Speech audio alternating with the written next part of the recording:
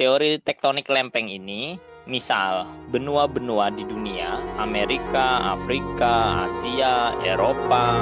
Kalau misalnya gambar dari semua benua-benua itu kita potong, nah terus disatukan, ternyata bentuknya menjadi satu kesatuan seperti puzzle. Sehingga salah satu ahli meteorologi asal Jerman namanya Alfred Wegener mengajukan teori yang disebut teori pergerakan benua atau continental drift, yang intinya adalah bahwa menurut Wegener, zaman dulu itu semua bumi sebetulnya menyatu jadi sebuah daratan yang sangat luas. Diperkirakan 200 juta tahun lalu benua ini terpisah terus bergerak menjauh secara perlahan. Oh iya, ini ahli meteorologi ya, bukan metrologi. Kalau ahli metrologi itu artinya ahli pengukuran. Makanya kalau kita di pom bensin itu ada sertifikasi oleh Badan Meteorologi. Nah, yang ini meteorologi yang mempelajari tentang hal-hal seperti ini. Selain bentuk benua, penemuan fosil juga mendukung teori pergerakan benua ini. Contohnya misalnya fosil Mesosaurus itu ditemukan di Amerika Selatan dan di Afrika. Mesosaurus itu cuma hidup di darat dan air tawar, jadi nggak mungkin dia berenang di samudra untuk sampai dari satu benua ke benua lain. Dalam hal ini benua Amerika Selatan ke Afrika atau dari Afrika ke Amerika Selatan. Jadi Wegener menganggap bahwa Mesosaurus itu hidup di benua tersebut pada saat benua masih menyatu. Terus selain itu ada penemuan fosil lain yang mendukung teori ini. Misalnya fosil Sinognathus yang juga ditemukan di Amerika Selatan dan Afrika.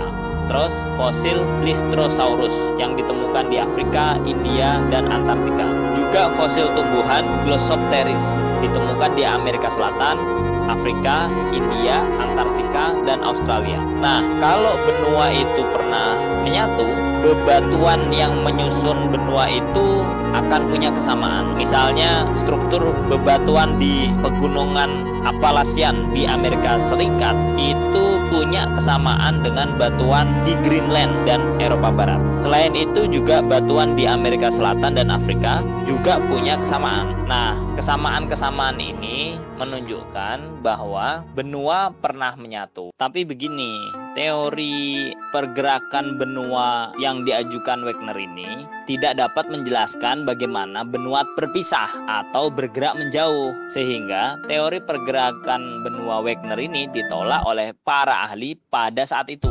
Terus awal tahun 1960-an, seorang ilmuwan dari Princeton University ini salah satu universitas terbaik di Amerika. Kalau di Amerika, universitas-universitas terbaik ini disebut sebagai Ivy League University. Ilmuwan dari Princeton University ini bernama Harry Hess. Beliau mengajukan teori yang disebut dengan sea floor spreading atau pergerakan dasar laut. Pak Hess ini menjelaskan bahwa di bawah kerak bumi tersusun atas material panas dan memiliki massa jenis yang rendah. Ya, intinya enteng lah. Jadi di bawah itu materialnya panas dan enteng, sehingga material itu naik ke punggung kerak samudra.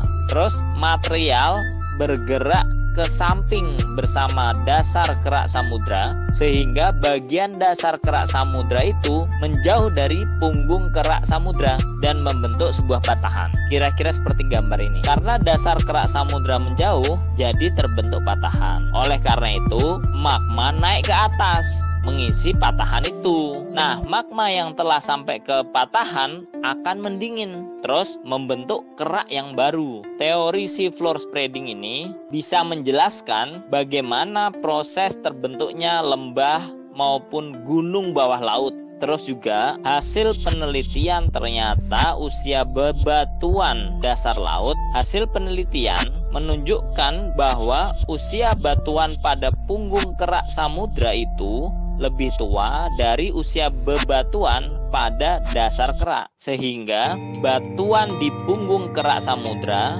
baru terbentuk karena adanya efek sea floor spreading. Nah, penelitian tentang usia batuan dasar laut itu dilakukan dengan kapal Glomar Challenger pada tahun 1968. Sekitar tahun 1960, para ilmuwan mengembangkan teori berdasarkan continental drift tadi dan juga sea floor spreading. Teori ini disebut sebagai teori tektonik lempeng. Jadi kerak bumi dan bagian atas dari mantel bumi terbagi menjadi beberapa bagian. Bagian inilah yang disebut lempeng. Lempeng ini sifatnya plastis, ya mirip-mirip plastik lah, dan dapat bergerak. Lempeng ini tersusun dari kerak dan bagian atas mantel bumi, seperti di gambar. Jadi menurut teori ini, bagian luar bumi tersusun dari litosfer yang dingin dan kaku, atau tadi disebut lempeng itu, serta tersusun oleh astenosfer. Nah, astenosfer ini yang bersifat plastis yang letaknya di bawah lempeng, sehingga lempeng ini seolah-olah mengapung dan bergerak di atas astenosfer ini. Nah, lempeng ini bisa bergerak, bisa saling menjauh, bisa saling mendekat juga. Kalau dia bertemu, maka terjadi tubrukan antar lempeng. Jenis pergerakan lempeng ini bisa dilihat di gambar ini. Pergerakan sebuah lempeng akan mengakibatkan perubahan pada lempeng lain. Lempeng-lempeng ini bisa bergerak secara terpisah, bisa juga bersamaan. Kalau saling menjauh disebut divergen atau divergen. Contohnya lempeng Indo-Australia bergerak menjauh dari lempeng Antartika. Terus lempeng Amerika Utara bergerak menjauh dari lempeng Eurasia. Pergerakan divergen ini mengakibatkan peristiwa patahan atau retakan. Contoh patahan terbesar di dunia adalah patahan San Andreas di California, Amerika Serikat. Panjangnya sampai 1.300 km. Nah, kalau dua lempeng ini saling mendekat, maka disebut konvergen. Contohnya, lempeng Indo-Australia dengan lempeng Filipina. Terus, lempeng Indo-Australia dengan lempeng Eurasia. Pergerakan lempeng yang konvergen ini, yang saling mendekat ini, akan mengakibatkan tabrakan antar lempeng. Akibatnya, terjadi yang dinamakan subduksi dan tabrakan antar benua. Jadi subduksi ini hasilnya adalah lempeng samudra menyelusup ke bawah lempeng benua. Salah satu akibatnya terbentuknya palung laut. Palung laut ini bagian laut yang sangat dalam. Nah, contoh tabrakan antar benua itu terbentuknya pegunungan Himalaya. Jadi, dua lempeng benua tabrakan mengakibatkan salah satu kerak benua terdorong ke atas dan membentuk pegunungan. Oke, itu di halaman 105 kan ada gambar yang intinya tentang air mendidih. Gambar itu menunjukkan proses konveksi yang terjadi di air panas. Terus apa hubungannya dengan topik ini? Nah, ini menunjukkan apa yang terjadi di dalam bumi, yaitu inti bumi yang memiliki suhu sampai 6.000 derajat Celcius memanaskan material mantel bumi di bagian bawah, sehingga bagian bawah itu naik. Nah, ini hampir sama dengan yang terjadi pada air mendidih. Kenapa naik? Karena kalau di air mendidih, bagian bawah yang terkena panas itu berubah menjadi udara. Udara ini lebih ringan dari air tentu saja, sehingga dia naik ke atas. Atau istilah lainnya adalah memiliki massa jenis yang lebih kecil, sehingga naik ke atas, naik ke permukaan. Sesampainya di permukaan, suhu gelembung-gelembung uap air tadi akan turun, sehingga kembali lagi ke wujud air, walaupun sebagian kalau di air panas ada yang menguap. Nah, yang dipanaskan tidak selalu berubah fasa menjadi udara, tapi tetap memiliki massa jenis yang lebih rendah, sehingga dia akan naik ke permukaan. Nah, proses konveksi yang sejenis inilah yang menurut para ilmuwan menyebabkan pergerakan lempeng. Kemudian ketika lempeng bergerak, terjadilah interaksi antar lempeng, ya kan? Interaksi ini artinya hubungan, terjadi hubungan antar lempeng.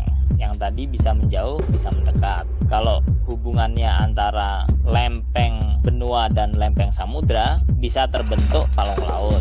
Kalau antar lempeng benua, cenderung terjadi pegunungan. Selain itu, ketika lempeng bergerak, akan dilepaskan sebuah energi gelombang seismik atau yang kita rasakan sebagai gempa. Jadi lempeng bergerak ini akan mengakibatkan gempa. Nah, gempa ini juga seringkali berhubungan dengan aktivitas gunung berapi.